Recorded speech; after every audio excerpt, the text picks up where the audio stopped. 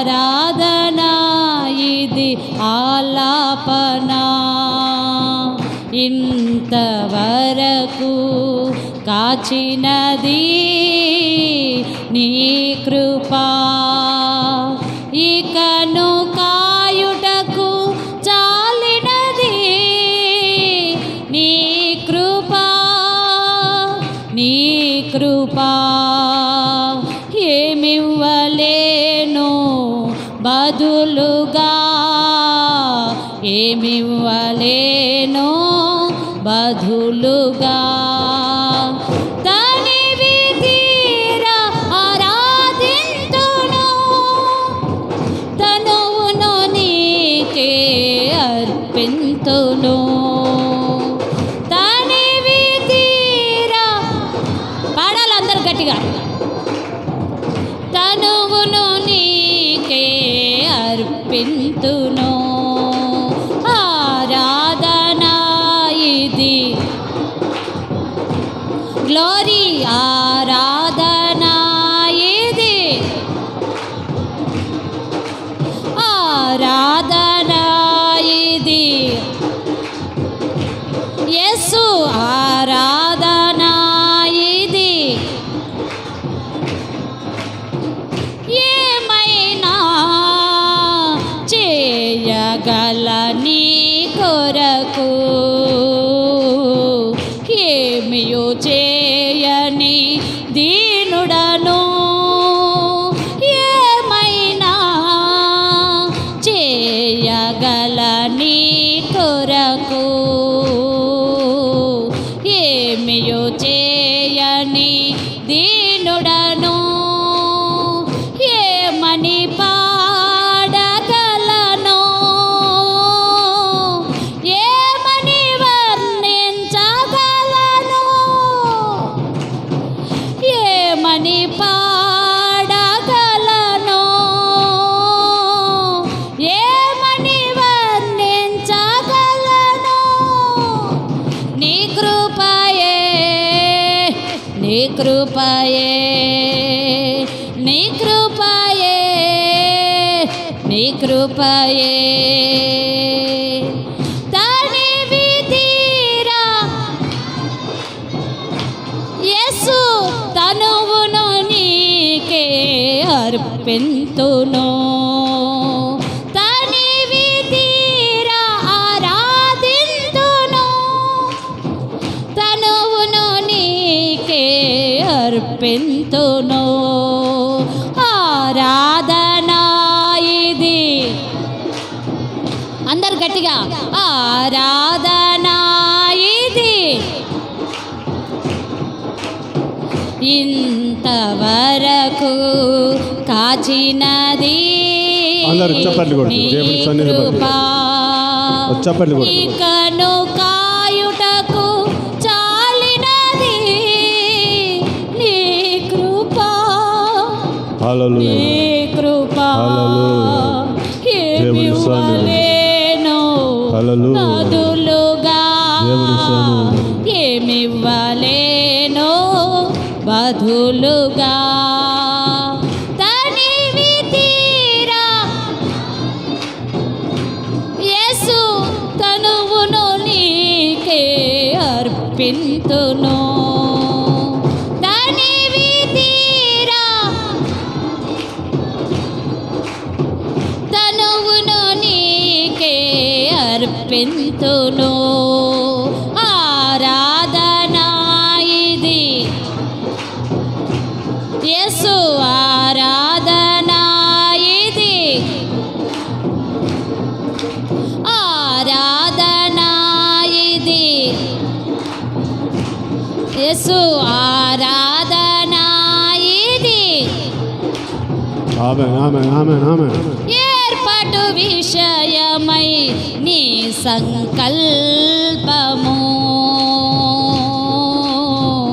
ఏమి లేని నన్ను ఎన్నుకున్నది ఏర్పాటు విషయమై నీ సంకల్పము ఏమి లేని నన్ను ఎన్నుకున్నది ఈ ఏడా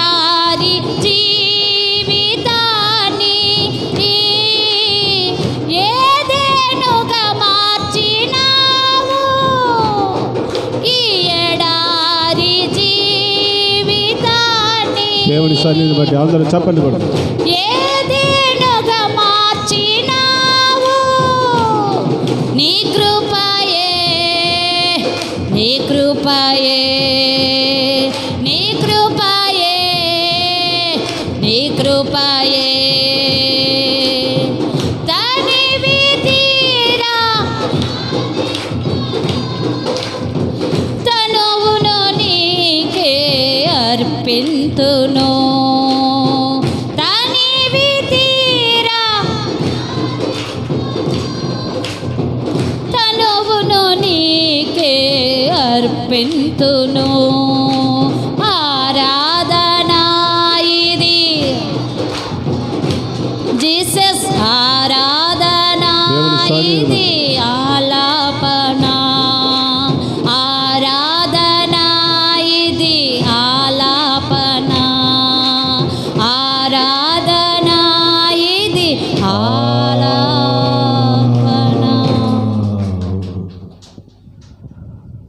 పరిశుద్ధుడా, ప్రేమ కలిగిన మా తండ్రి, మీకు స్తుతులు స్తోత్రాలు చెల్లిస్తున్నాము. మీ ప్రత్యేకమైన దీవెనలు, ఆశ్చర్య కార్యములు, ఆశీర్వాదములు మా అందరిపై మీరు పెట్టండి తండ్రి, అందరిపై పెట్టండి. ఏ ఒక్కరిని చేయి వదిలిపెట్టక, ఏ ఒక్కరిని చేయి వదిలిపెట్టక మమ్మల్ని అందరిని దీవించి ఆశీర్వదించి ఆశీర్వాదంలో నిలబెట్టండి. మీ వాక్కును మా అందరికీ విడుదల చేయండి. మీ పరిశుద్ధమైనటువంటి వాక్కును మేమందరం విని మమ్మల్ని మేము సరిచేసుకోగలిగే కృప వాక్కును దయ చూపించమని యేసుక్రీస్తు ప్రభుల వారి శ్రేష్టమైన నామమున మేము ప్రార్థించుకొని నీ పాద సన్నిధికి మమ్మల్ని మేము అప్పచెప్పుకొనిస్తున్నాము తండ్రి. ఆమేన్. మంచిది, అందరం కూడా చక్కగా దేవుని సన్నిధిని బట్టి కూర్చున్నాం. దేవునికి మహిమ కలుగుని గాక. హల్లెలూయా. దేవునికే మహిమ కలుగుని గాక. మంచిది నా ప్రియమైన దేవుని ప్రియులారా, ప్రభు సన్నిధిని బట్టి పరిశుద్ధ గ్రంథమును తెరిచి సామెతల పుస్తకమును తెరవండి. పరిశుద్ధ గ్రంథములో సామెతల పుస్తకమును తెరవండి. సామెతల పుస్తకమును తెరిచి ఆ సామెతల పుస్తకములో 30వ అధ్యాయమునకు వచ్చి కూర్చోండి. సామెతల పుస్తకములో 30వ అధ్యాయమునకు వచ్చి కూర్చోండి. జాగ్రత్తగా గమనించండి. సామెతలు సొలొమోను రాజు దావీదు కుమారుడైనటువంటి సొలొమోను వ్రాసినటువంటి సామెతలు. ఆయన జీవితంలో జరిగినటువంటి విషయాలన్నీ అనుభవాలుగా మార్చి వ్రాసినటువంటి సామెతలు. 24 సామెతలు. సామెతల పుస్తకంలో 24 సామెతలు సొలొమోను రాజు గారు వ్రాశారు. 24 సామెతలు. 25 నుండి 29 వరకు కూడా హిజ్కియా సేవకులు, హిజ్కియా కింద ఉన్నటువంటి సేవకులు వ్రాసినటువంటి 5 సామెతలు కూడా హిజ్కియా యొక్క సేవకులు వ్రాసినటువంటి సామెతలుగా ఉన్నాయి. హిజ్కియా సేవకులు, రాజు అయినటువంటి హిజ్కియా సేవకులు, ఆయన కింద ఉన్నటువంటి వారు వ్రాసినటువంటి సామెతలు. ఈ 30వ సామెత మాత్రమే యాకే కుమారుడగు ఆగూరు పలికిన మాటలను విని ఇద్దరు యొక్క మనస్సులు ఇటాయేలు ఉకాలును వ్రాసినటువంటి సామెత. అంటే ఆయన పలికాడు. ఈ 30వ యొక్క అధ్యాయం 30వ సామెత వ్రాసినటువంటి వ్యక్తి చాలా భయంకరమైనటువంటి నీచమైనటువంటి స్థితిలో, అంటే ఎంతగానో బుద్ధి మాటలు చెప్పినా, ఎంతో తన క్షేమం కొరకు ఎంతమంది బ్రతిమలాడినా మారకుండా చివరి వరకు మూర్ఖత్వంతోనే ఉండి ఉండి ఉండి నాకు అనిపించిందే నేను చేస్తాను, నాకు ఏదనిపిస్తే అదే చేస్తాను, నాకు ఎలా ఉండాలనిపిస్తే అలాగే ఉంటాను, ఏది చెయ్యాలనిపిస్తే అదే చేస్తాను, ఏది మాట్లాడాలనిపిస్తే అదే మాట్లాడతాను అనుకుంటూ జీవించినటువంటి వ్యక్తి, అలా అనుకుంటూ బ్రతికినటువంటి వ్యక్తి అలా అనుకుంటూ జీవిస్తూ అలా అనుకుంటూ బ్రతికినటువంటి వ్యక్తి మాట్లాడినటువంటి సామెత 30వ సామెత. దేవునికి మహిమ కలుగునుగాక. హల్లెలూయా. కాబట్టి 30వ సామెత మాట్లాడినటువంటిది. ఆ తరువాత ఉన్నటువంటి విధానం ఏమిటంటే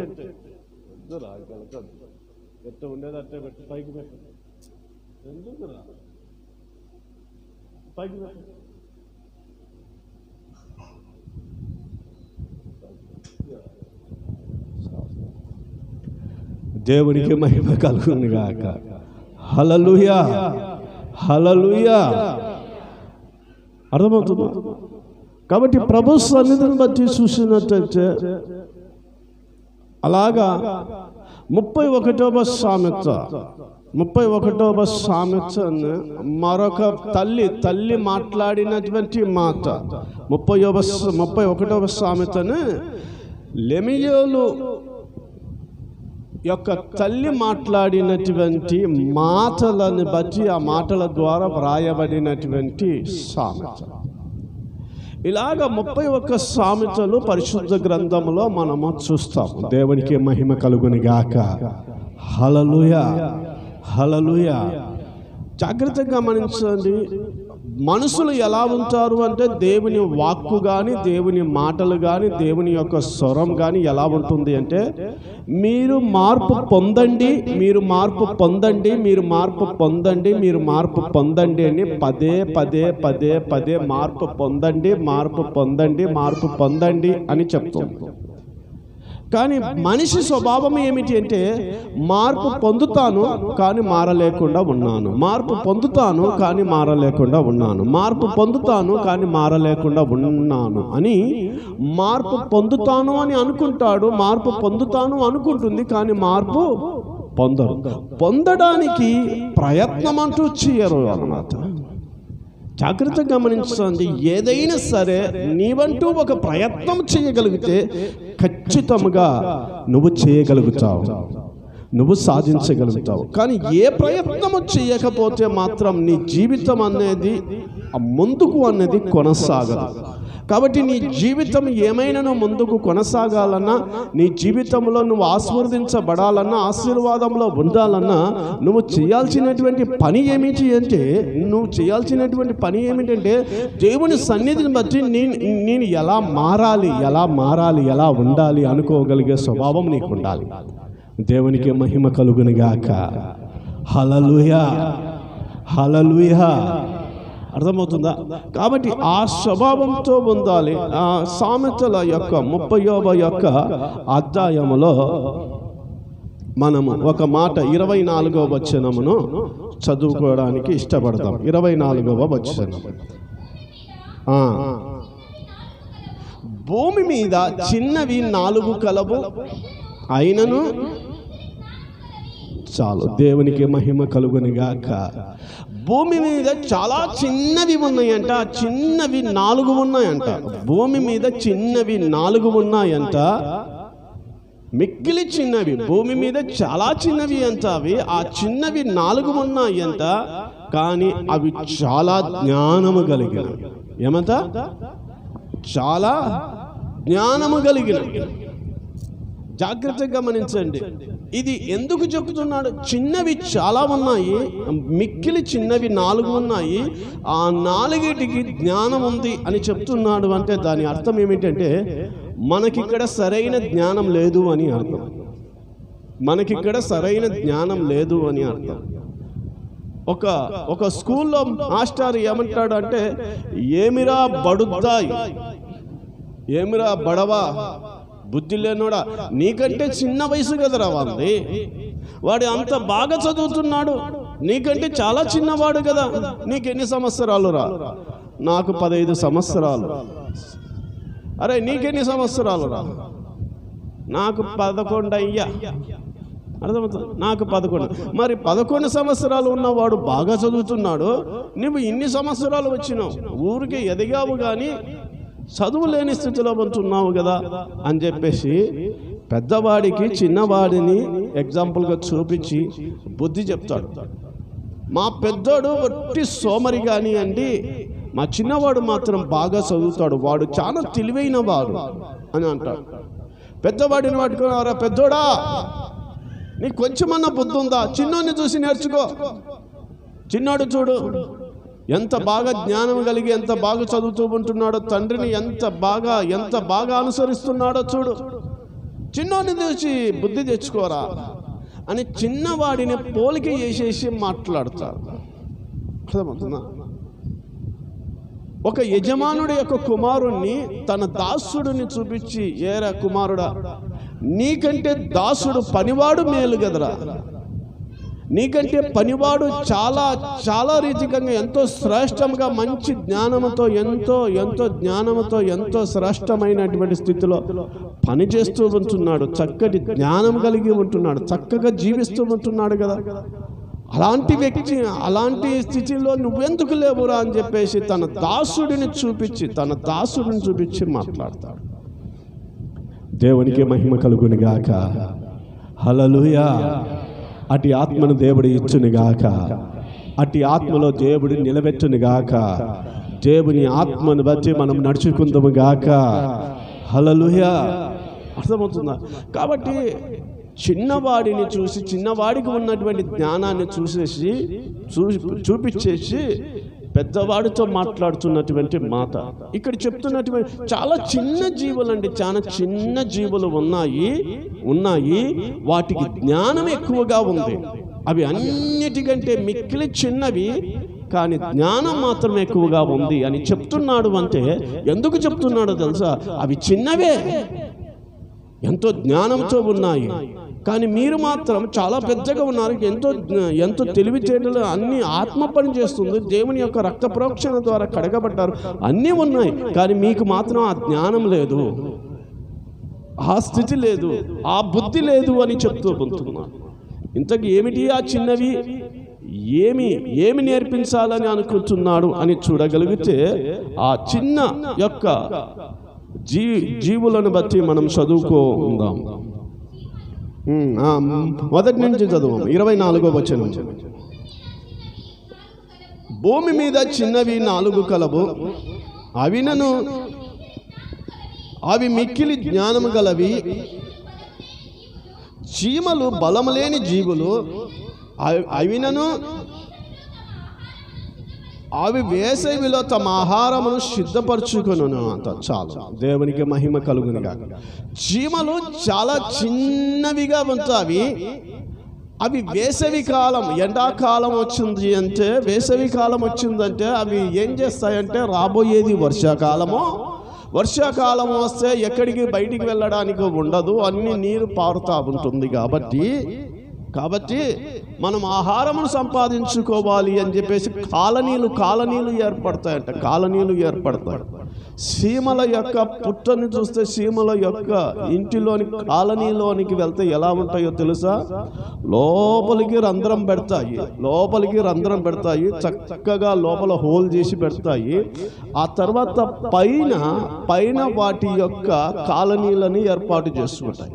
ఒకవేళ వర్షం వచ్చి నీళ్లు పడినా కింద ఆగుతాయే కానీ పైన మాత్రం వాటిని తడపకుండా ఉండడానికి.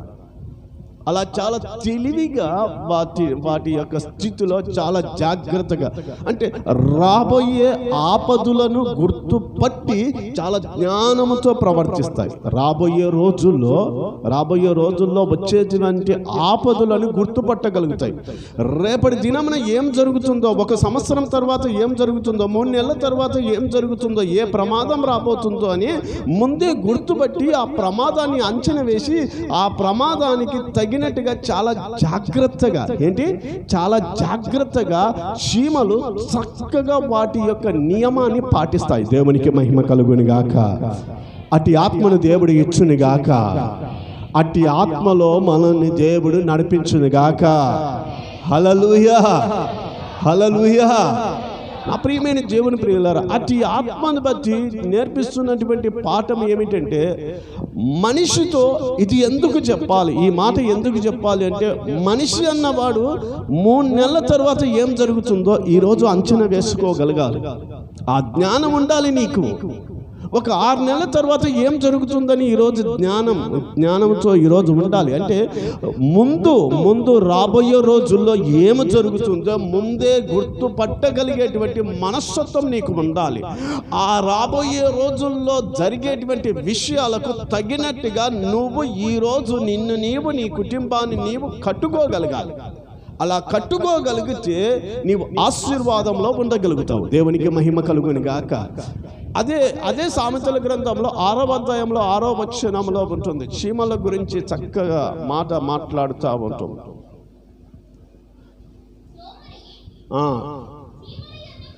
ఇదిగో సోమరి సీమల యొద్దకు వెళ్ళుము అంటున్నాడు. సోమరి సీమల వద్దకు వెళ్ళుము అని అంటున్నాడు. ఎందుకు ఈ సీమల్ని ప్రత్యేకంగా ఒక మనిషికి పోలిసి చెప్తున్నాడు అంటే, సీమలు ఎంతో జ్ఞానంతో ఉన్నవి. అంత చిన్న చీమలకు అంత జ్ఞానం ఉన్నప్పుడు మనిషికి ఎంత జ్ఞానం ఉండాలి అన్నటువంటి ఆశ దేవునికి, పరిశుద్ధాత్మనికి ఎంతో ఆశగా ఉంది. చీమల కంటే ఎంతో జ్ఞానంతో నువ్వు ఉండాలి అని. ఆమె చీమల కంటే ఎంతో జ్ఞానంతో ముందు జాగ్రత్త మనస్తత్వం కలిగి నువ్వు ఉండాలి. అయితే ఒక మనిషిని చీమకు ఎలా పోలుస్తున్నాడు అంటే, మనిషినేమో సోమరిగా పోలుస్తూ ఉంటున్నాడు, చీమనేమో కష్టపడే మనస్తత్వం కలిగినది అని పోలుస్తూ ఉంటున్నాడు. అంటే మనిషి కష్టపడే మనస్తత్వం లేదు. కష్టపడేటువంటి మనస్తత్వం లేనటువంటి స్థితిలో సమయాన్ని అంత వృధా చేసేటువంటి మనస్తత్వంతో మనిషిని పోలుస్తూ ఉంటున్నాడు. నీ సమయాన్ని వృధా చేయవద్దు. సోమరి చీమల వద్దకు వెళ్ళేసి నేర్చుకో. చీమల వద్దకు వెళ్ళేసి నేర్చుకో. చదువమ్మా.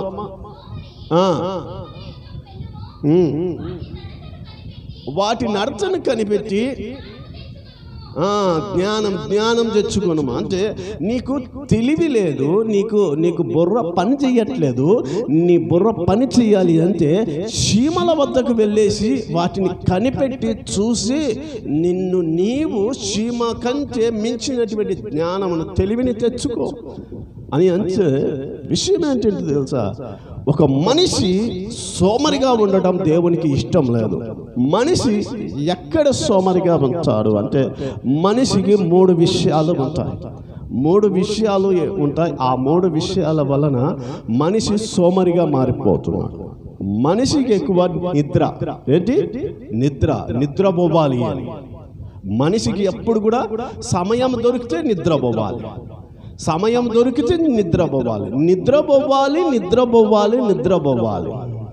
అర్థమవుతుందా? సమయం దొరికితే నిద్రపోవాలి. నిద్రపోకపోతే చాలా కోపం వస్తుంది. పగులు నిద్రపోవాలి, రాత్రి నిద్రపోవాలి. నిద్రపోకపోతే ఆ మనిషికి ఎలా ఉంటుందంటే, ఈరోజు నేను చాలా శ్రమ పడ్డాను, చాలా కష్టపడ్డాను, శరీరం అంతా చాలా అలసిపోయింది, నా తల పని చేయడం లేదు అనంతగా ఏదో ఉద్ధరించామో అన్నట్టుగా ఉంటుంది. కాబట్టి నా ప్రియమైన దేవుని ప్రియులారా, చక్కగా గమనించాలి. దేవుని యొక్క సన్నిధిని బట్టి, దేవుని యొక్క నామమును బట్టి, సోమరి నువ్వు చీమల వద్దకు వెళ్ళుము. ఆమె సోమరి నువ్వు చీమల వద్దకు వెళ్ళు. చీమల వద్దకు వెళ్ళేసి నువ్వు నేర్చుకో. అంటే మనిషి చీమలను చూసి కష్టపడే మనస్తత్వం కాకుండా తను ఎప్పుడు నిద్రపోవాలి అని, పగులు నిద్రపోవాలి, రాత్రి నిద్రపోవాలని. నిద్ర వలన ఒక మనిషికి, మీకు తెలుసా, ఒక మనిషికి సరైన నిద్ర 6 గంటలు సరిపోతుంది. సరైన నిద్ర 6 గంటలు సరిపోతుంది. 6 గంటలకు మించి ఎవరైనా సరే నిద్ర పోయారంటే, 6 అంటే లేదా 7 గంటలు, ఒక రోజుకు 7 గంటలు నిద్రపోతే ఆ మనిషి చాలా ఆరోగ్యంగా ఉంటారు. అంతకు మించి ఎక్కువ గంటలు ఎవరైనా నిద్ర పోయారు అంటే జాగ్రత్తగా గమనించండి, వారి శరీరంలో రోగాలు అటాక్ అవ్వడం మొదలు పెడతాయి. రోగాలు స్టార్ట్ అయిపోతాయి. శరీరంలో ఉన్న అవయవాలు సరిగ్గా పనిచేయడం మానుకుంటాయి. బద్ధకం ఏర్పడతాయి. అలా బద్ధకముతో ఏర్పడినటువంటి స్థితితో ఉంటుంది. కాబట్టి మనిషి నిద్రపోవడానికి ఎక్కువ ఇష్టపడతాడు. ఏం చేస్తాడు? మనిషి నిద్రపోవడానికి ఎక్కువ ఇష్టపడతాడు. నిద్ర. ఆ తర్వాత రెండవదిగా ఏంటంటే, మనిషి ఎక్కువగా తినడానికి ఇష్టపడతాడు. ఏంటి? తినడానికి ఇష్టపడతాడు. ఎప్పుడు తిండి తిండి తిండి తిండి కావాలి, తినాలి. ఒక్క పూట తక్కువైతే చాలా. ఆ ఒక్క పూట తినేటువంటి కూరలో ఇంత ఉప్పు ఎక్కువైనా తక్కువైనా చాలా కోపం వస్తుంది. ఆ ప్లేట్లు తీసుకొని కింద పడేసి తీసి నాలుగేసుకొచ్చేటువంటి మహానుభావులు ఎందరో ఉన్నారు. అర్థమవుతుందా? కొంచెం ఎక్కువ తక్కువలో ఇచ్చే నోటి యొక్క రుచి కాస్త తగ్గిందంటే చాలా భయంకరంగా బాధపడతారు. తిండి తిండి తిండి చాలా మంది ఏంటంటే ఏదైనా పని చెప్తే ఈ పని చేశారంటే తింటున్నాను, ఈ పని ఇప్పుడు చేయలేదు, తిన్న తర్వాత చూస్తాను. తిన్న తర్వాత ఏంటి? బాగా బద్ధకం వస్తుంది, కాసేపు నిద్రపోయి లేచి అప్పుడు పని చేస్తాను. అంటే ఏదైనా పని అప్పచెప్తే ముందు తిండి, తర్వాత నిద్ర, ఈ రెండు తర్వాతనే మిగతా పనులు అన్నట్టుగా ఉంటుంది. నిద్రపోతూ తిండిపోతూ ఆ తర్వాత ఏంటి అంటే ఎప్పుడైతే ఈ నిద్ర ఈ తిండి మనిషిలో ఎక్కువ అయ్యిందో ఆ తర్వాత ఆ వ్యక్తిలో పని చేయడానికి బద్ధకం, అంటే శరీరం ఆరిపోతుంది. ఎండకు ఒక్క 5 నిమిషాలు ఎండకు వెళ్తే కళ్ళు తిరిగేసి కింద పడిపోయి చాలా ఎండ, అంటే శరీరం అంతా బద్ధకముతో ఉన్నప్పుడు ఎండను భరించలేదు, వర్షాన్ని భరించలేదు, చలిని భరించలేదు, ఒక 10 నిమిషాలు నడవడం భరించలేదు శరీరం, 5 నిమిషాలు నడవడం భరించలేదు శరీరం. అర్థమవుతుందా? నడవడం భరించలేదు. పూర్తిగా ఏంటంటే కష్టపడము నీకు రావడం లేదు.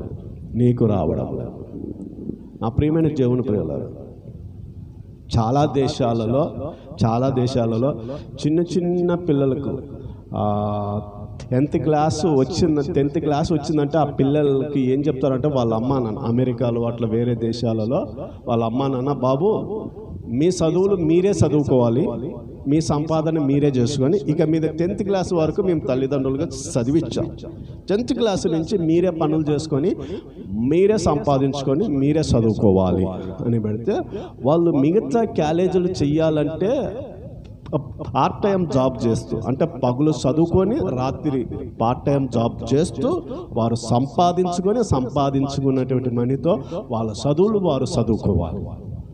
అర్థమవుతుందా? అంటే కల్చర్ అనేది అలా నేర్పిస్తుంది. అంటే ఎవరి యొక్క సంపాదన వారే సంపాదించగలగాలి అని.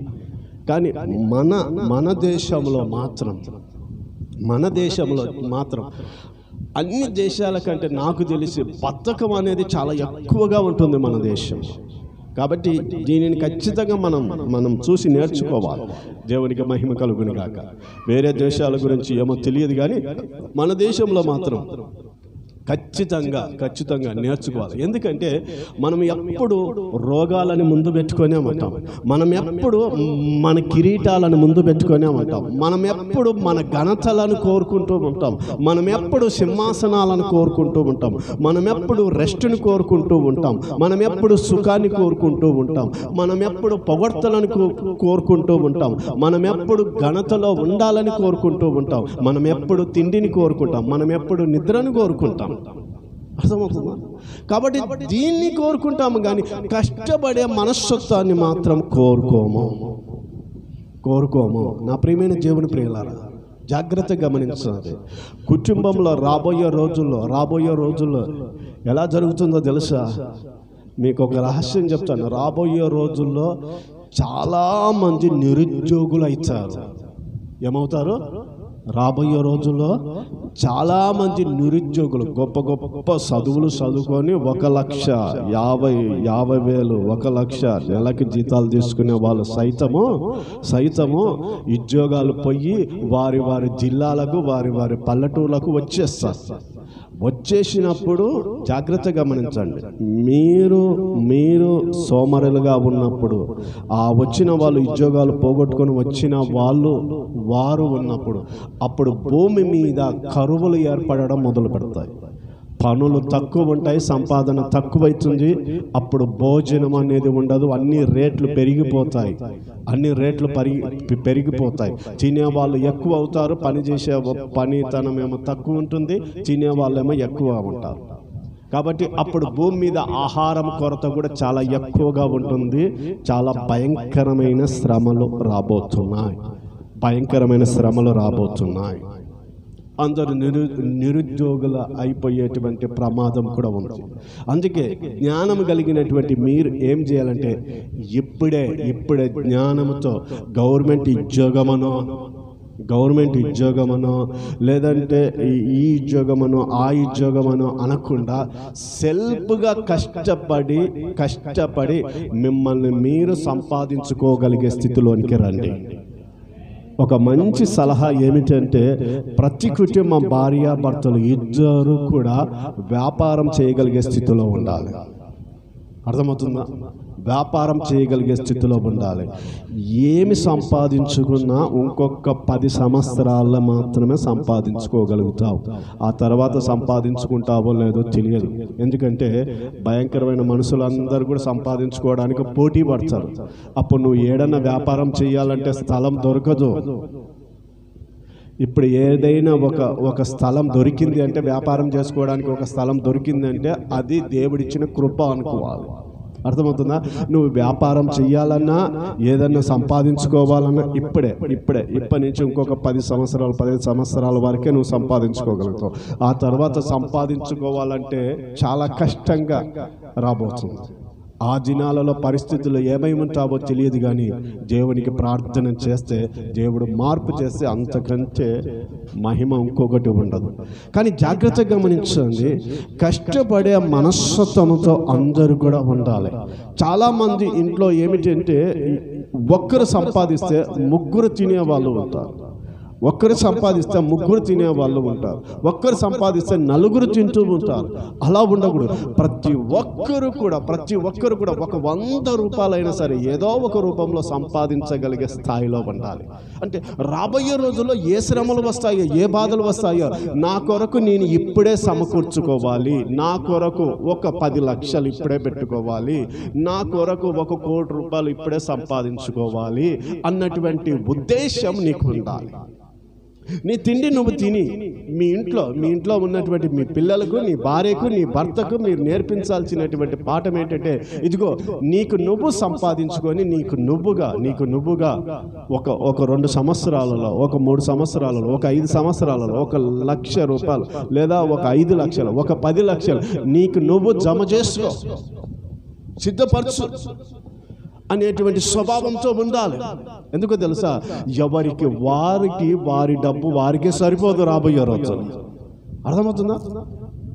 నీ డబ్బు నీకే సరిపోదు రాబోయే రోజుల్లో డబ్బు అనేది సంపాదించడం చాలా కష్టమవుతుంది.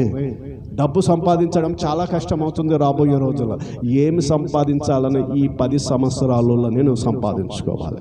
అలాంటి ప్రమాదం రాబోతున్నప్పుడు ఎవ్వరు ఊరికి ఫ్రీగా ఉండకూడదు. ఎవరి సంపాదన వారు సంపాదించుకొని వారి కొరకు సమకూర్చుకోగలిగే స్థాయిలో ఉండాలి. హల్లెలూయా. ఇంకా సోమరులుగా ఉండకండి. అర్థమవుతుందా? ఒకరు పని చేస్తుంటే ఒకరు కాలు జాపుకొని పట్టుకుంటారు. ఆ స్వభావంతోనే ఉంటే రాబోయే రోజుల్లో చాలా భయంకరమైన స్థితిలో ఉంటుంది. నీకు తిండి కూడా దొరకదు. బాడిగల్లో ఉండాలనుకున్నటువంటి వారు చాలా కష్టం. ఆ తర్వాత బాడిగలు చాలా పెరిగిపోతాయి. బాడిగలు దొరకవు. ఫుట్పాటుల మీద ఉండాల్సి వస్తుంది. ఇక్కడ వేసుకున్నారు కదా గుడిసెలు, ఇట్లాంటి స్థలాలలో మేము అందరం వెళ్ళాల్సి వస్తుంది. ఎందుకంటే తిండి కోసం అన్ని అమ్ముకొని రోడ్ల మీద పడాల్సి వస్తుంది. అంతటి దారుణాలు జరగబోతాయి. అలాంటప్పుడు పరిస్థితి ఏంటి? ఈరోజు బాగున్నప్పుడే నీకు నువ్వు సంపాదించుకోవాలి. హల్లెలూయా. దేవునికి మహిమ కలుగును గాక. నీకు నువ్వు సంపాదించుకొని ఆ శ్రేష్టమైనటువంటి సంపాదనలో ఉండగలగాలి. అలా కనుక సంపాదనలో లేకపోతే, ఆ సంపాదించుకోగలిగే స్థితిలో లేకపోతే చాలా కష్టం. సీమలకు తెలుసు రేపు 3 నెలల తర్వాత ఏం జరుగుతుంది, రాబోయే 6 నెలల్లో ఏం జరుగుతుంది. కాబట్టి ఈ రోజే నేను కూర్చుకోవాలి. ఏం చేయాలి? కూర్చుకోవాలి, ఆహారమును కూర్చుకోవాలి, సంపాదనను కూర్చుకోవాలి. ఈరోజే నాకు, నా కాలనీకి, నా కుటుంబానికి, నా యొక్క స్థితికి నేను సమకూర్చుకొని ఉండాలి అని చీమలు కలిగి ఉంటాయంట. దేవునికి మహిమ కలుగునిగాక. అంతేకాదు, చీమలో ఇంకొక గొప్పతనం ఉంటుంది. చీమకు 2 సంచులు ఉంటాయి, 2 కడుపులు అంటారు. మన అందరికీ ఒక కడుపే ఉంటుంది, కానీ చీమకు 2 కడుపులు ఉంటాయి. ఎన్ని కడుపులు? 2 కడుపులు ఉంటాయి. అందరికీ ఒక కడుపే ఉంటుంది, చీమకు మాత్రం 2 కడుపులు ఉంటాయి. ఎందుకు అంటే, ఒక కడుపు తను తిన్న ఆహారం తన కొరకు ఒక కడుపు, రెండో కడుపు ఏంటంటే తన చుట్టూ ఉన్న చీమలకి ఆహారం లేకపోతే తన 2వ కడుపులో ఉన్న ఆహారమును తీసి ఆ చీమకు పంచుతుంది అంట. అర్థమవుతుందా?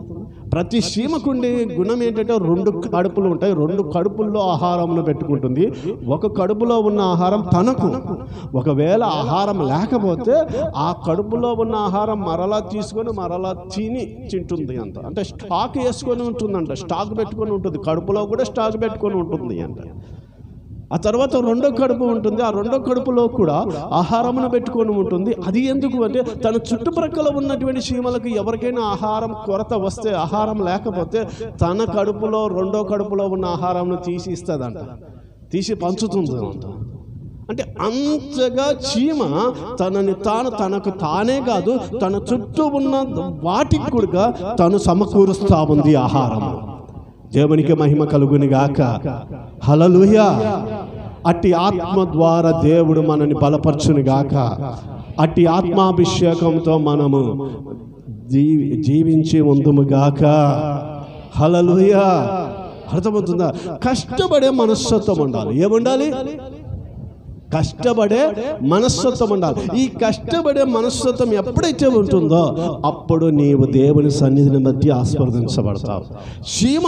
చీమలకి రాబోయే రోజుల్లో ఏమి జరుగుతుందో ఈ రోజు గుర్తుపట్టి రాబోయే రోజుల కొరకు జాగ్రత్త వహిస్తాయి చీమలు. అర్థమవుతుందా?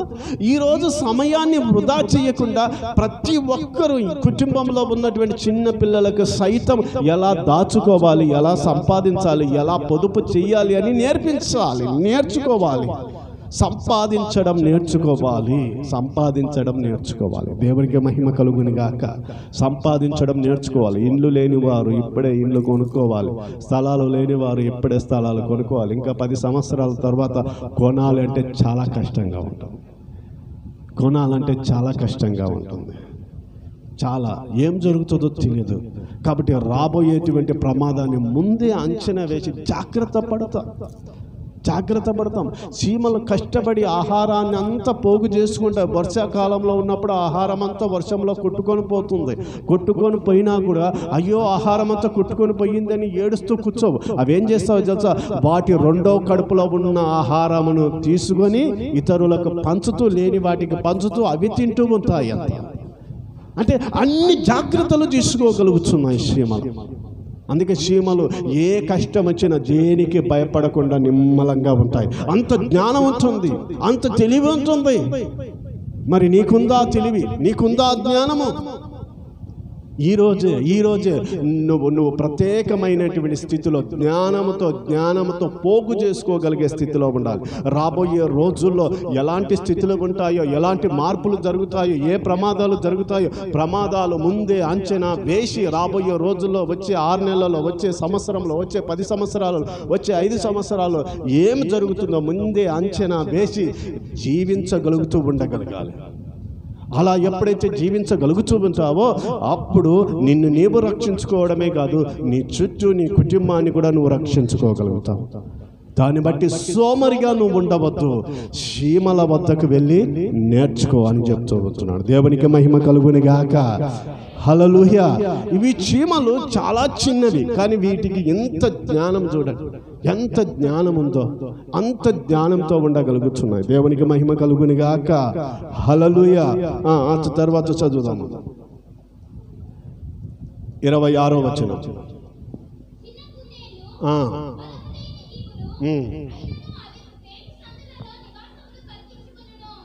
దేవునికి మహిమ కలుగుని గాక. ఈ చిన్న కుందేళ్ళు అంతా చాలా బలము లేనివి అంట. అంటే ఒక విధంగా బలము అనేది భయం ఎక్కువ. ఈ కుందేళ్లకు చాలా భయం ఎక్కువ. అంటే వేటిని భయపెట్టి ఆహారమును సంపాదించుకోలేవు, భయపడుతూ భయపడుతూ భయపడుతూ ఆహారాన్ని తింటాయి అంట. అంటే ఎవరొచ్చి చంపుతారో, ఎవరొచ్చి కొడతారో, ఎవరొచ్చి నన్ను తినేస్తారో అన్నటువంటి భయంతో బయటికి వెళ్ళాలంటే భయము, ఏదైనా ఆహారమును వెతకాలంటే భయము, ఏ రూపంలో ఆపద వస్తుందో, ఏ రూపంలో తనని బంధిస్తారో, ఏ రూపంలో తనని బంధించేసి తనని చంపేస్తారో అన్న భయంతో బతుకుతుంది. ఈ కుందేళ్ళు బతికేదంతా భయంతోనే భయంతోనే బతుకుతుందంట. ఇంత భయంతో ఉంటుంది. అయితే ఈ కుందేల్ని మనుషులను చూసి కుందేలు వద్ద ఏం నేర్చుకోవాలి అంటే జాగ్రత్తగా గమనించండి. చాలామంది ఎలా ఉంటారంటే, నాకు చదువు లేదు, చదువు ఉందంటే నేను బాగా సంపాదించేదాన్ని, చదువు లేదు నాకు అనుకొని కూర్చొని ఉంటా. చదువు లేదు అన్నటువంటి భయం, నాకు మాట్లాడడానికి రాదన్న భయము. అర్థమవుతుందా? నాకు మాట్లాడడానికి రాదన్న భయం, చదువు లేదన్న భయం,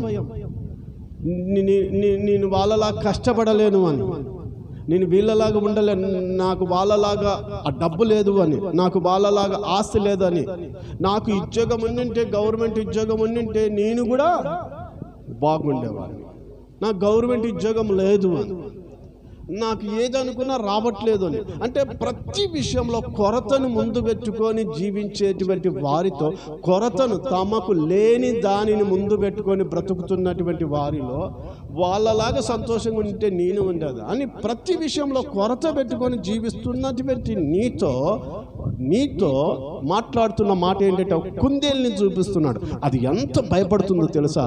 బయటికి ఆహారం సంపాదించడానికి భయం, దానికి భయంతో బ్రతుకుతుంది, వణుకుతా ఉంటుంది. కుందేళ్ళు పట్టుకొని దాని గుండె వద్ద చేయబెట్టు, చాలా స్పీడ్గా కొట్టుకుంటుంది. భయంతోనే కొన్ని చచ్చిపోతాయి. అంత పిరికివైనటువంటి కుందేళ్ళు ఎలా బతుకుతున్నాయి అని అంటే, భూమి లోపలికి తోడుతాయంట.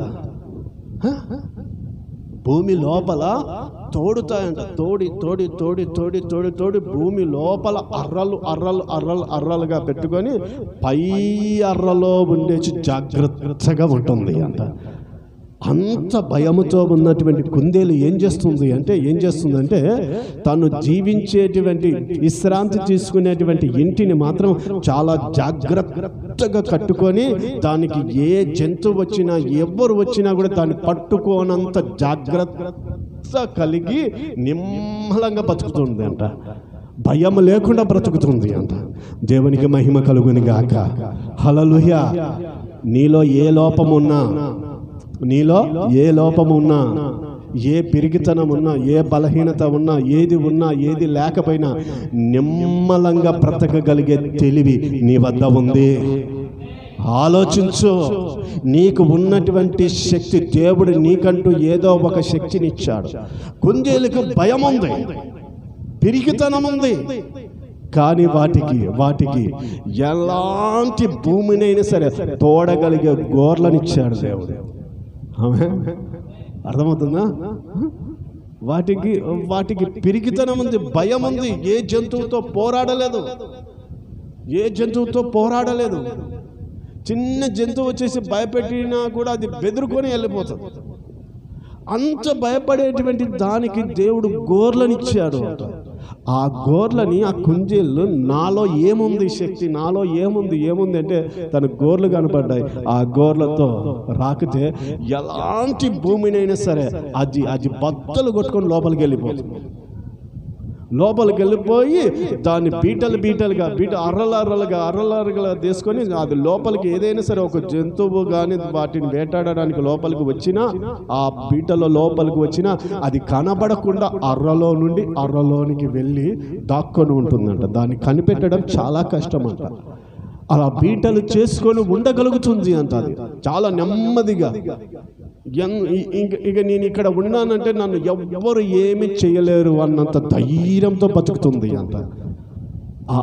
ఆ నిమ్మలమైనటువంటి స్థితిలో నువ్వు బతకాలంటే దేవుడు ఖచ్చితంగా నీకంటూ ఏదో ఒక స్పెషల్ పెట్టింటాడు. హల్లెలూయా. నేనేం చేయాలి, నేను ఏ పని చేయాలి, నేను ఎలా బతకాలి అని అనుకోవద్దు. నువ్వు బ్రతకడానికి నీకంటూ దేవుడు ఏదో ఒక సోర్స్ ఇచ్చింటాడు, పెట్టింటాడు. దాన్ని ఒక్కసారిగా చూసుకో. నీ శరీరంలో నీ ఆలోచనలో చూసుకో. నీకంటూ ఒక స్పెషల్ ఉంటుంది. ఆ స్పెషల్ను సరిగ్గా వాడగలిగితే నువ్వు చాలా నెమ్మదిగా బ్రతకగలుగుతావు. హల్లెలూయా. కాబట్టి ఈ కుందేలుకు ఏ మాత్రం చదువు కానీ, జ్ఞానం కానీ, గవర్నమెంట్ ఉద్యోగం కానీ, తనకు ఉన్నటువంటి యొక్క బంధువుల యొక్క సపోర్ట్ కానీ, ఇది కానీ అది కానీ ఏ స్పెషాలిటీస్ లేదు. తనకు ఉన్నటువంటి బలం ఏందో తెలుసా? తన కాళ్ళకున్న గోర్లు మాత్రమే. ఆమేన్. బయటికి వెళ్ళి భయంతో ఆహారంను కూర్చుకొని తిని వచ్చినా తన ఇంటిలో మాత్రం చాలా నెమ్మదిగా ఉంటుంది. హల్లెలూయా. నీ ఇంటిలో నువ్వు నెమ్మదిగా ఉండాలంటే నీ ఇంటిని కట్టుకోగలిగే జ్ఞానం నీకు ఉండాలి. హల్లెలూయా. నీకంటూ నెమ్మదిగా బ్రతకడానికి నీకంటూ ఒక ఇంటిని సమకూర్చుకోగలిగే జ్ఞానం నీకు ఉండాలి. ఆమేన్. అట్టి జ్ఞానమును దేవుడు నీకు ఇచ్చునుగాక. అట్టి జ్ఞానంతో నువ్వు జీవించదువుగాక. మూడవదిగా చెప్తూ ఉంటున్నాడు 27వ వచనం. మిడతలకు రాజు లేడు, అవినను మిడతలకు అంట రాజు లేడు అంట. అవన్నీ అయినను పంతులు అంటే గుంపులుగా వెళ్ళిపోతాయంట. మిడతలను చూసి ఒక మనిషిని చూసి మిడతలను చూసి నేర్చుకోవాలి. ఏం నేర్చుకోవాలి మిడతలను చూసి అంటే? జాగ్రత్తగా గమనించండి. ఒక్క మిడత మన వద్దకు వస్తే అది ఏమంటుందో తెలుసా? అయ్యా, నేను ఒంటరిదాన్ని వచ్చాను, మీ తోటలో ఏదో ఒక మూల ఉండేసి ఒక ఆకు తిని బతుకుతానయ్యా అన్నట్టుగా తగ్గి ఉంటుంది. ఆ ఒక్క మిడతనే కదా కానీలే అని అంటాను. అదే కొన్ని వందల మిడతలు వచ్చాయనుకో, అయ్యా మీ తోటలో మేము ఒక మూలకు దాక్కొని వెళ్తామని అడగవంట. No permission అడగవు. అవి ఏకరీతికంగా దాడి చేసేస్తాయి. 100 ఉన్నాయంటే, 1000 ఉన్నాయంటే, 2000 మిడతలు వచ్చాయంటే అవి దాడి చేయడమే ఉంటుంది. అంటే కలిసి ఉంటే కలదు సుఖము. ఐక్యతగా ఉంటే ఏదైనా సాధించవచ్చు. దేవునికి మహిమ కలుగును గాక. ఒక కుటుంబమంతా ఐక్యతగా ఉంటే, ఆమేన్. ఏంటంట? ఒక కుటుంబము ఐక్యతగా ఉంటే ఆ ఐక్యత కలిగి జీవిస్తారు. ఒక కుటుంబంలో ఒక్కొక్కరికి ఒక్కొక్క బుద్ధి ఉంటుంది. ఒక కుటుంబంలో భార్యకు ఒక బుద్ధి ఉంటుంది, భర్తకు ఒక బుద్ధి ఉంటుంది, కుమారునికి ఒక బుద్ధి ఉంటుంది, కుమార్తెకు ఒక బుద్ధి ఉంటుంది. ఒక్కొక్కరికి ఒక్కొక్క బుద్ధి ఉంటుంది. ఒక్కొక్కరు ఒక్కొక్క బుద్ధిని చూపించుకుంటూ పోతే ఎవరికి వారు ఒంటరైపోతారు. అర్థమవుతుంది? ఎవరికి వారు ఒంటరిగానే మిగిలిపోతారు. కానీ ఐక్యత కలిగి ఉండగలిగితే అందరూ కలిసి బలముతో శక్తితో ఉండగలుగుతారు. ఈ మిడతలకు ఉండేటువంటి స్వభావం ఏంటంటే కొన్ని వేల మిడతలు వచ్చి ఉండవచ్చు, కొన్ని వేల మిడతలు లేదంటే కొన్ని లక్షల మిడతలు జర్నీ చేస్తూ ఉండొచ్చు. జర్నీ చేస్తున్నటువంటి ఆ మిడతల్లో ముందు వెళ్ళే మిడత ఇలా వెళదామని అది గనక అలాగ తిరిగింది అంటే మిగతా మిడతలు కూడా అలాగే తిరుగుతాయంట.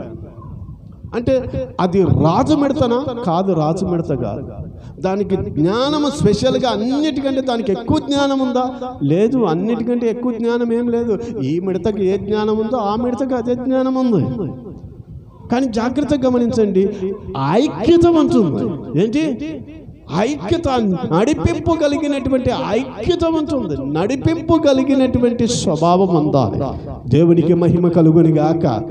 హల్లెలూయా.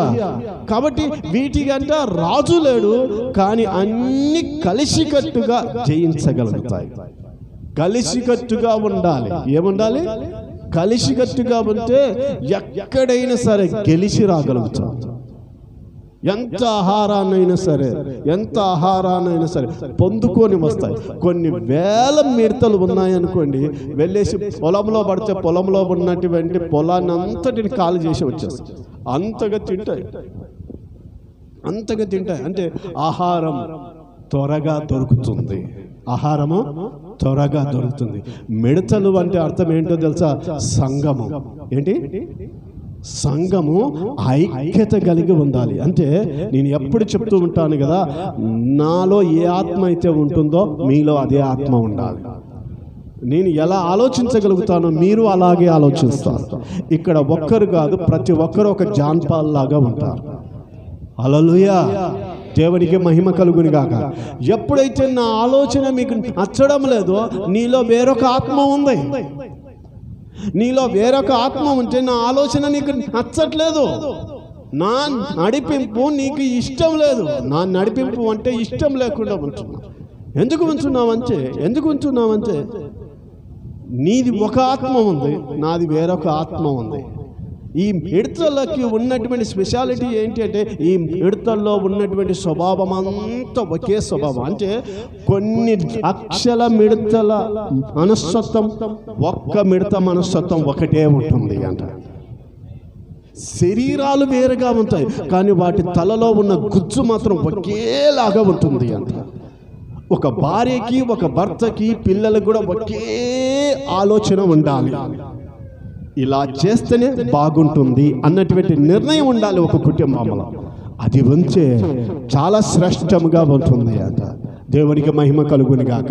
కానీ ఈనాటి కుటుంబాలలో అలా ఎన్ని కుటుంబాలు ఉన్నాయి? తండ్రిది ఒక ఆలోచన, తల్లిది ఒక ఆలోచన, పిల్లలది ఒక ఆలోచన, కూతుర్లది ఒక ఆలోచన, కుమారులది ఒక ఆలోచన, ఒక్కొక్కరిది ఒక్కొక్క ఆలోచన ఉన్నప్పుడు అంత విడివిడిగా వేరే ఒంటరితనంతోనే ఉంటుంది. గుంపులుగా ఉండాలంటే ఉండలేరు. ఒక 30 సంవత్సరాల కిందట ఏంటంటే అన్ని కుటుంబాలు ఉమ్మడి కుటుంబాలుగా ఉండేవి. దాదాపు కంటే ఒక ఇంటిలో 20 మంది, 30 మంది, 40 మంది లాగా ఉండేవాళ్ళు ఒకే ఇంటిలో. పురాతన కాలంలో ఇండ్లు ఎలా ఉండేటివి తెలుసా? చాలా పెద్దగా ఉండేటివి ఇండ్లు, చాలా పెద్దగా ఉండేటివి. అక్క, బావ, బామార్దులు, తమ్ముళ్ళు, యారాలు, ఇలా రకరకాలుగా ఉండేవాళ్ళు. పిల్లలు ఉండే 3 తరాలు కలిసి ఉండేటువంటి వాళ్ళు. ఆ రోజుల్లో కుటుంబం ఎలా ఉండదు తెలుసా? మిడతల కుటుంబం లాగా ఉండేది. మిడతల కుటుంబంలో అందరిది ఒకే మాట, అందరూ సంతోషంగా ఉండడమే. అర్థమవుతుందా? ఇంట్లో పెద్ద ఏ ఆలోచన ఆలోచిస్తాడో కింద ఉన్న వాళ్ళు కూడా అదే ఆలోచన ఆలోచిస్తారు. ఈ ఆలోచన పెద్దోడిదా, చిన్నోడిదా, నడిపోడిదా, వాందా, వీందా, వీళ్ళదా, వాళ్ళదా అని కాదు. మంచి ఆలోచన అంతే. మంచి ఆలోచన, కుటుంబానికి మంచి ఆలోచన అంతే. ఆ మంచి ఆలోచన కలిగినటువంటి స్వభావంతో ఉంటుంది అని మిడతలను బట్టి చూపిస్తా ఉంటున్నాడు. మిడతలను చూడు ఎలా ఉంటున్నాయో అని ఆ మిడతలను చూపెట్టు. అలాగే నా ప్రియమైన దేవుని ప్రియుల, ఈ మిడతల యొక్క స్వభావం కుటుంబం అంతా ఒకటిగా ఉండాలి. కుటుంబం అంతా ఒకే స్వభావంతో, ఒకే మనసుతో, ఒకే నిర్ణయంతో ఉండాలి. కానీ ఒక్కొక్కరిది ఒక్కొక్క నిర్ణయం. నాకు నచ్చింది నీకు నచ్చక, నీకు నచ్చింది పక్కనోళ్ళకి నచ్చక, పక్కనోళ్ళకి నచ్చింది వాళ్ళకి నచ్చక, ఇలా నచ్చని స్థితి ఉంటే ఏమవుతుందో తెలుసా? మీరు అది చూసుకోండి, మేము ఇది చూసుకుంటాం, మీరు అక్కడ చూసుకోండి, మేము ఇక్కడ చూసుకుంటాం అన్నటువంటి స్థితి ఉంటుంది. అప్పుడు దండయాత్ర ఉండదు, పోయే యాత్రనే ఉంటుంది.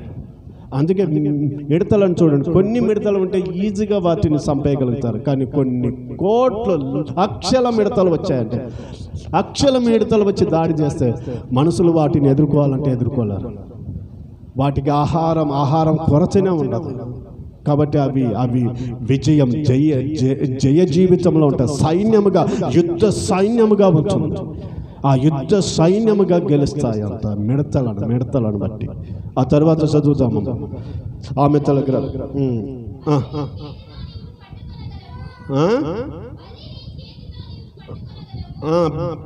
బల్లిని చేతితో పట్టుకొనగలవు, అవినను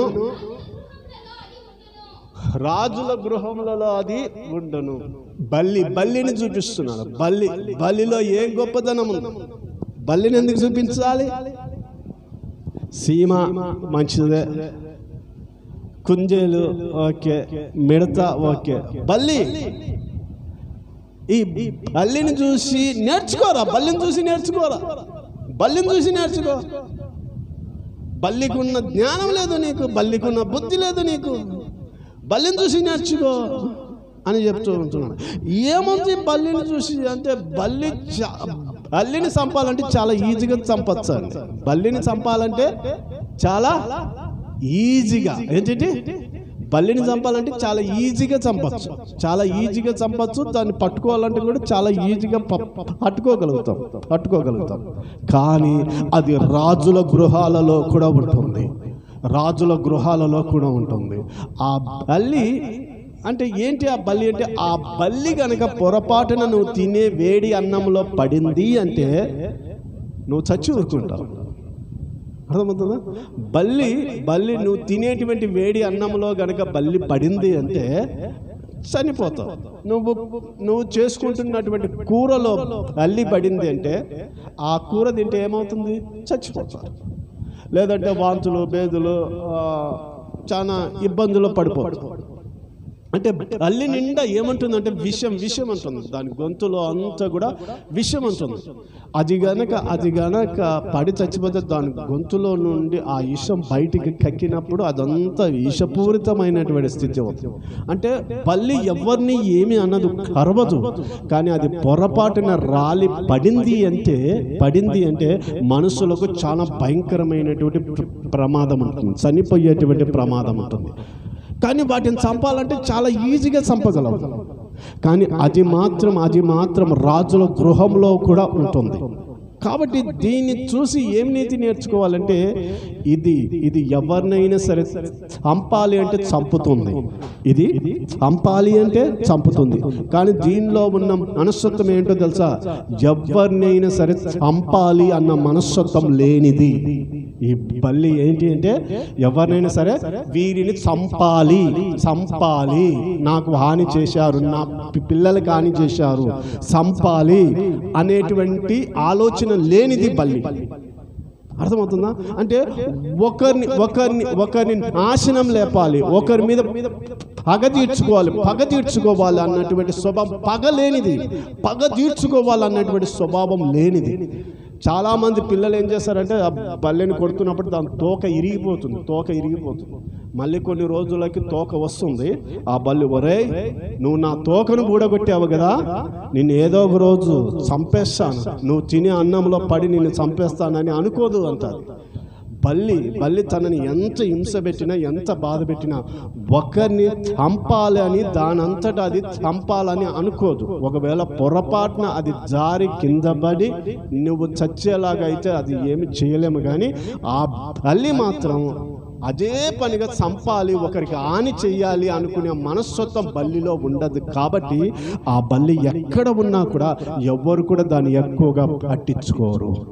అంటే దీన్ని చూసి ఏ పాఠం నేర్చుకోవాలి అంటే, నీకు ఒకరిని చూసి హాని చెయ్యాలన్న మనస్తత్వం నీలో ఉండకూడదు. అర్థమవుతుందా? ఒకరికి హాని చెయ్యాలన్న మనస్తత్వం నీలో ఉండకుండా ఉంటే, నువ్వు ఎక్కడ ఉన్నా కూడా నిన్ను చూసి ఎవ్వరు కూడా నువ్వు ఇంటిలో ఉన్నా, నువ్వు పక్కలో ఉన్నా, ఎక్కడ ఉన్నా కూడా నీకు అడ్డు చెప్పరు. అదే ఇంటిలోకి ఒక పాము వచ్చింది అనుకో, పాము ఇంటిలోనికి వస్తే నువ్వు ఇంట్లోకి వెళ్తావా? ఆ పాము ఎప్పుడు వచ్చి కరుస్తుందో, ఎప్పుడు వచ్చి ఏం చేస్తుందో అని ఆ పాము వెళ్ళిపోయేంత వరకు కూడా ఆ ఇంటిలోనికి వెళ్ళాలంటే వెళ్ళాలి. పామును చూసి భయపడతాం, ఎందుకంటే పాము హాని చేస్తుంది కాబట్టి. తేలు ఉంటుంది, తేలును చూసి భయపడతాం, ఎందుకంటే తేలు హాని చేస్తుంది కాబట్టి. కానీ ఇది మాత్రం హాని చేయదు. హాని చేయగలిగే శరీరం ఉంది, కానీ అదే పనిగా మాత్రం హాని చెయ్యాలని బల్లి ఎప్పటికీ ఒకరికి హాని చెయ్యాలని బల్లి అనుకోదు.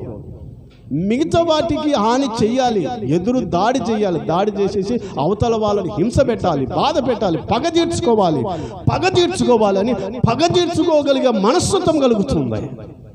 అర్థమవుతుందా?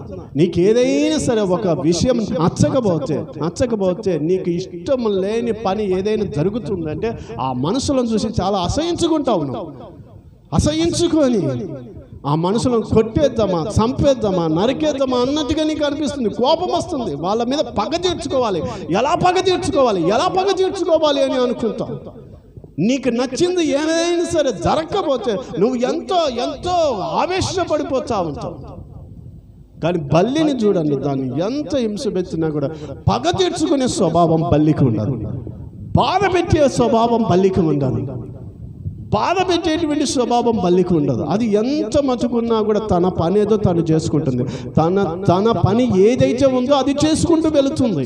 నీ పని ఏదో నువ్వు చేసుకుంటూ ఉండాలి. కానీ ఒకరికి నీకు హాని చేయాలని మాట్లాడుకుంటున్నా, నిన్ను చంపాలని అనుకుంటున్నా, ఈ బల్లులు ఏం బల్లులో ఏమో పాడు బల్లులు, వీటిని అన్నిటిని చంపేసింటే బాగుండు అని అనుకుంటుంటాం. అవి వింటుంటాయి, అయినా నీకు హాని చెయ్యదు. తనంతట తాను హాని చెయ్యదు.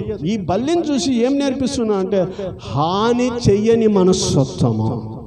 హల్లెలూయా. అర్థమవుతుందా? వాటిని ఎంత హింస పెట్టినా, ఎంత బాధ పెట్టినా హాని చెయ్యాలన్న మనస్తత్వం వాటికి లేదు. కానీ నీకు నచ్చకపోతే పగ తీర్చుకునే బుద్ధి. ఎలాగైనా సరే ఎదుటి వ్యక్తికి నీలో ఉన్న పగ, నీలో ఉన్న కోపం, నీలో ఉన్న ఈర్ష్య, నీలో ఉన్న ద్వేషం ఎదుటి మనిషికి ఎలాగైనా సరే తెలియాలి, కనబడాలి. నాకు నీ మీద ఎంత కోపం ఉందో కనబడాలని కనబడేలాగా ఏదో ఒక ప్రయత్నం చేస్తావు, ఏదో ఒక సిగ్నల్ ఇస్తావు. అర్థమవుతుందా? ఒక మనిషి నచ్చకపోతే, ఒక మనిషి యొక్క చేష్టలు నచ్చకపోతే, నచ్చనటువంటి ఆ మనిషికి నీ మనస్తత్వం నాకు నచ్చట్లేదు, నీ మనస్తత్వం నాకు ఇష్టం లేదు అని ఏదో ఒక రూపంలో నీ సిగ్నల్ నువ్వు ఇచ్చేస్తావు. అంటే పగ తీర్చుకునే మనస్తత్వం నీలో ఉంటుంది. పగ తీర్చుకుంటూ ఉంటావు. ఏదో ఒక రూపంలో పగ తీర్చుకునేటువంటి మనస్తత్వం, హాని చేసేటువంటి మనస్తత్వం. నీ స్వభావాన్ని, నీ బుద్ధిని నువ్వు చూపించుకుంటూ ఉంటావు. కానీ బల్లి మాత్రం తన బుద్ధిని తను చూపించుకోదు. తన ప్రవర్తనను తను ఎప్పుడు చూపించదు. ఎప్పుడు కూడా తను ఎంతట్లో ఉండాలో అంతట్లోనే ఉంటుంది. ఎక్కడ ఉండాలో అక్కడే ఉంటుంది. ఎంతగా తన జీవితం ఏందో, తన స్థితి ఏందో, తన పాత్ర ఏదో తను మాత్రమే తన పాత్రలో తను ఒదిగిపోయి జీవిస్తుంది. రాజుల గృహంలో ఉన్న, పేదవాడి గృహంలో ఉన్న తన పనేదో తను చేసుకుంటుంది. కాబట్టి ఆ బల్లి చూడండి, చిన్న గృహంలో ఉంటుంది, పెద్ద గృహంలో ఉంటుంది. ఎవరు దాన్ని పట్టించుకోవాలి. దాన్ని పట్టుకోగలిగే శక్తి ఉంది. ఇది పొరపాటున పడితే, ఆహారంలో పడితే అందరూ చనిపోతారు, అందరూ విపరీతమైన అనారోగ్యం పాలవుతారని వాటిని ఎవరు ఏమన్నారు. ఎందుకంటే అది ప్రత్యేకంగా ఒకరిని చంపాలి, ఒకరికి హాని చెయ్యాలన్న మనస్తత్వం దానిలో ఉండదు. కాబట్టి రాజుల గృహంలో ఉన్నా కూడా దాన్ని ఎవరు పట్టించుకో. నీవు కూడా అట్టి సాత్వికం కలిగిన మనస్తత్వంతో ఉంటే మాత్రం నిన్నెవరు పట్టించుకోవాలి. నీ మీద పగ తీర్చుకోవాలి, నిన్ను బాధ పెట్టాలి, నిన్ను గాయపరచాలి, నిన్ను బంధించాలని ఎవరు బల్లి స్వభావం కలిగి ఉండాలి. ఎవరికి హాని చేయని స్వభావం. ఆమేన్. దేవునికి మహిమ కలుగును గాక. హల్లెలూయా. హాని చేయని స్వభావం. అర్థమవుతుందా? ఇక్కడ చర్చి పెట్టినప్పుడు చాలా మంది పైన బొంగ పెట్టచ్చు కదా, చాలా చర్చిలలో బొంగలు ఉంటాయి, బొంగలు పెట్టచ్చు కదా, మీదేం చర్చి అది ఇది చాలా మాట్లాడారు. నేను ఒకటే చెప్పాను, ఇతరులకి నేను అభ్యంతరకరంగా ఉండడం నాకు ఇష్టం లేదు. ఏంటి? ఇతరులకి అభ్యంతరకరంగా ఉండడం ఇష్టం లేదు. నా సంఘ విశ్వాసులకు వినబడేంతగా ఉంటే చాలు. అంతేగాని అందరినీ చర్చి ఉందని చెప్పేసి పెద్ద ఇబ్బంది పడుతూ వాళ్ళని ఇసుకిస్తూ ఉండడం కాదు. బల్లి స్వభావం ఏంటో తెలుసా? ఒకరి స్థితి కొందరికి ఉంటుంది. యేసుక్రీస్తు ప్రభు సువార్త ఉంది అంటే ఇది ఉండకూడదండి. ఒకరిని బాధ పెట్టి బతికేటువంటి స్వభావం ఉండకూడదు మనకి. హల్లెలూయా. దేవునికి మహిమ కలుగును గాక. ఒకరిని గాయపరుస్తూ బతికేటువంటి నిజమైన క్రైస్తవుడు ఎలా ఉండాలో తెలుసా? నిజమైన క్రైస్తవుడు బాధపడాలే కానీ బాధ పెట్టకూడదు. ఒకరి వలన గాయపడాలే కానీ మనము గాయపరచకూడదు. అర్థం. నిజమైనటువంటి క్రైస్తవుడికి బల్లి నిజమైన క్రైస్తవురాలు. దేవునికి మహిమ కలుగును గాక. హల్లెలూయా, హల్లెలూయా. ఆ బలి ఎప్పుడు దేవుణ్ణి స్తుతిస్తూనే ఉంటుంది. అందుకే అది అది అది అది అది చాలా ప్రమాదం అని తెలిసిన దాన్ని ఎవరు ఎందుకంటే ఎవరికి హాని చేయాలన్న మనస్తత్వం దానికి ఉండదు. కాబట్టి బల్లిని చూసి భయపడతారు. అమ్మో, అర్థమవుతుందా? బల్లిని చూస్తే మీలో ఆడపిల్లలకు చాలామందికి భయమే కదా. అర్థమవుతుందా? చాలామందికి మీ ఆయనల కన్నా భయపడరు, కానీ మీరు బల్లికి భయపడరు. మీ ఆయనలు ఏమనుకుంటారు తెలుసా? నేనే కనుక బల్లినైతే ఒక్కసారిగా బల్లి రూపంలో వచ్చేసి మీ మీద పడేసి మిమ్మల్ని భయపెట్టేవాడిని, మనస్ఫూర్తిగా సంతోషించేవాడిని అని నీ భర్త చాలాసార్లు అనుకుంటాడు. అర్థమవుతుందా? చాలామంది ఆడపిల్లలు కాక్రోచులు ఉంటాయి కదా, అవేంటి రెక్కల పురుగులు, ఏమంటారు దాన్ని? బొద్దెంకలకు భయపడతారు, కానీ కట్టుకున్న భర్తకు భయపడరు ఆడపిల్లలు. మహాతల్లులు, మేధావులు. అర్థమవుతుందా? ఎర్రగా ఉన్నటువంటి బొద్దెంకకు భయపడతారు, కానీ కట్టుకున్న మొగుడికి మాత్రం అసలు భయపడరు. మీకు నమస్కారం. బొద్దెంకలకు బల్లులకు భయపడడం మానేసి భర్తలకు భయపడండి. మిమ్మల్ని దేవుడు దీవించును గాక. హల్లెలూయా, హల్లెలూయా. అర్థమవుతుందా? చాలామంది కాక్రోచులకు భయపడతారు, బల్లులకు భయపడతారు, కానీ భర్తలకు భయపడరు. అర్థమవుతుందా? ఏం నీ మాట వినాలని, బల్లికి భయపడి బాత్రూమ్ లేకపోవడం కూడా మానేస్తారు, కానీ బల్లికి భయపడి భర్తకు భయపడి ఒక్క పని కూడా భర్త చెప్పిన మాట మాత్రం వినరు, చెయ్యరు. ఎందుకంటే నీ పట్టు నీదే ఉంటుంది. ఆ స్వభావం ఉండకూడదు. నీకు బల్లి స్వభావం ఉండాలి. దేవునికి మహిమ కలుగును గాక. అదే ఉందన్నా, అందుకే మా ఆయనను భయపెడతా ఉన్నాను అనుకుంటున్నావా? భయపెట్టద్దు, బల్లిలాగా భయపెట్టద్దు. అర్థం? బల్లి భయపెట్టదు, బల్లిని చూసి భయపడతారు. హల్లెలూయా. నువ్వు భయపెట్టాల్సిన అవసరం లేదు, నిన్ను చూసి భయపడాలి, కానీ నువ్వు భయపెట్టకూడదు. అర్థమవుతుంది? నువ్వు ఎప్పుడైతే భయపెడతావో నీకు భయపడడం మానేస్తావు. అర్థమవుతుందా? బల్లి భయపెట్టదు కాబట్టి దానికి భయపడతారు. ఆ లాజిక్ పట్టుకో. దేవునికి మహిమ కలుగును గాక. హల్లెలూయా. కాబట్టి నా ప్రియమైన దేవుని ప్రియులారా, చాలా చిన్నవి ఉన్నవి, అవి 4 జీవులు. వాటికి జ్ఞానం ఎక్కువగా ఉంటుంది. వాటిని చూసి మీరు జ్ఞానం తెచ్చుకోండి అని మనుషులకి సీమల్ని బట్టి, కుందేళ్ళని బట్టి, ఎడతలను బట్టి, బల్లులను బట్టి పాఠం నేర్పిస్తూ వాటిని చూసి నేర్చుకోండి అంటున్నాడు. మనుషులకు నేర్పిస్తున్నాడు. మనుషులకి ఈ చిన్న జీవులను చూసి నేర్చుకోండి అని చెప్తూ వచ్చున్నాడు. కాబట్టి మనం ఆ చిన్న జీవులను చూసి ఆ జ్ఞానమును నేర్చుకోవాలి. దేవునికి మహిమ కలుగును గాక. అట్టి ఆత్మను దేవుడు ఇచ్చును గాక. అట్టి ఆత్మలో దేవుడు నడిపించును గాక. హల్లెలూయా, హల్లెలూయా. అట్టి ఆత్మలో దేవుడిని నిలబెట్టి నడిపించును గాక. అందరం మోకరిద్దాం. ప్రభు సన్నిధిని బట్టి అందరం మోకరిద్దాం.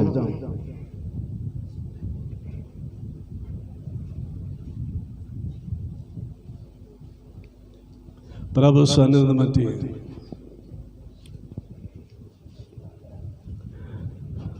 దేవుని సన్నిధి బట్టి మనల్ని మనం ప్రభుకు అప్పచెప్పుకుంటూ, యేసయ్యా, యేసునాథా, నీకు స్తుతులు స్తోత్రాలు చెల్లిస్తూ ఉంటున్నాము దేవా. మీరు